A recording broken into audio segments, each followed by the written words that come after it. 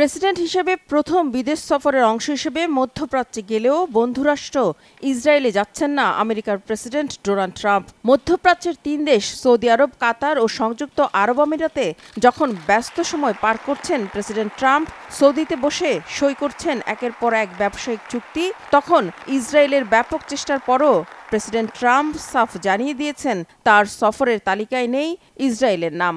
কেন হঠাৎ বন্ধুরাষ্ট্রের প্রতি এত অনীহা তৈরি হলো ট্রাম্পের? কেন ইসরায়েল সফরের জন্য নেতানিয়াহুর অনুরোধ ফিরিয়ে দিয়েছেন তিনি? এটি কি ফিলিস্তিনিদের জন্য বড় কোনো সুখবর আনবে? ট্রাম্প কি যুদ্ধবিরতির জন্য পদক্ষেপ নেবেন? এমন সব শঙ্কায়, রীতিমতো ভয়ে, উদ্বেগে ইসরায়েলের প্রধানমন্ত্রী বেনিয়ামিন নেতানিয়াহু। বিশ্লেষকরা বলছেন গাজা ইস্যু সহ ব্যবসায়িক স্বার্থের কারণেই নেতানিয়াহুর উপর নাখোশ প্রেসিডেন্ট ট্রাম্প। তারা বলছেন গাজায় যুদ্ধবিরতির কৃতিত্ব যদি মার্কিন প্রেসিডেন্ট নিতে পারতেন তাহলে হয়তো ইসরায়েল সফরে যেতেন তিনি। কিন্তু গাজায় যুদ্ধ বন্ধ তো দূরে থাক, নিজের রাজনৈতিক ক্যারিয়ার বাঁচাতে ফিলিস্তিনের উপর হামলা আরও জোরালো করেছেন ইসরায়েলি প্রধানমন্ত্রী। গাজায় খাবার সরবরাহ বন্ধ করে দিয়ে জিম্মিদের মুক্তির চেষ্টা না করে তিনি কেবল হামাস নির্মূলের স্বপ্ন দেখে চলেছেন। আর এসব কারণেই ইসরায়েলি প্রধানমন্ত্রী নেতানিয়াহুর উপর মার্কিন প্রেসিডেন্ট চরম বিরক্ত বলে মনে করছেন বিশ্লেষকরা। অথচ গেল ফেব্রুয়ারিতে ট্রাম্পের দ্বিতীয় মেয়াদে তার সাথে দেখা করা প্রথম বিশ্ব নেতা হিসেবে গর্ব করেছিলেন বেনিয়ামিন নেতানিয়াহু।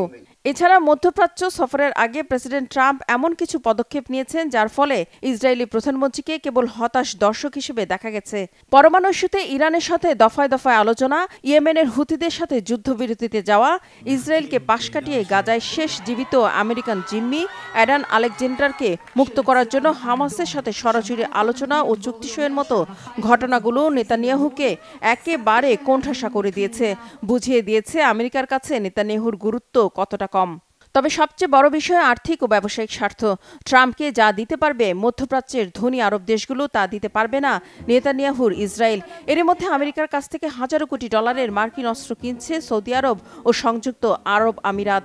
ধনী আরব দেশগুলো তাদের অঞ্চলে ট্রিলিয়ন ডলারের মার্কিন বিনিয়োগের সুযোগও করে দিয়েছে। সব মিলে ওয়াশিংটনে নেতানিয়াহুর এখন খুব একটা প্রভাব নেই বলে মনে করছেন বিশ্লেষকরা। তাই ভয়ে আর উদ্বেগে দিন কাটছে ইসরায়েলি প্রধানমন্ত্রী বেনিয়ামিন নেতানিয়াহুর। রিফাত জামান, বাংলাভিশন নিউজ ডেস্ক।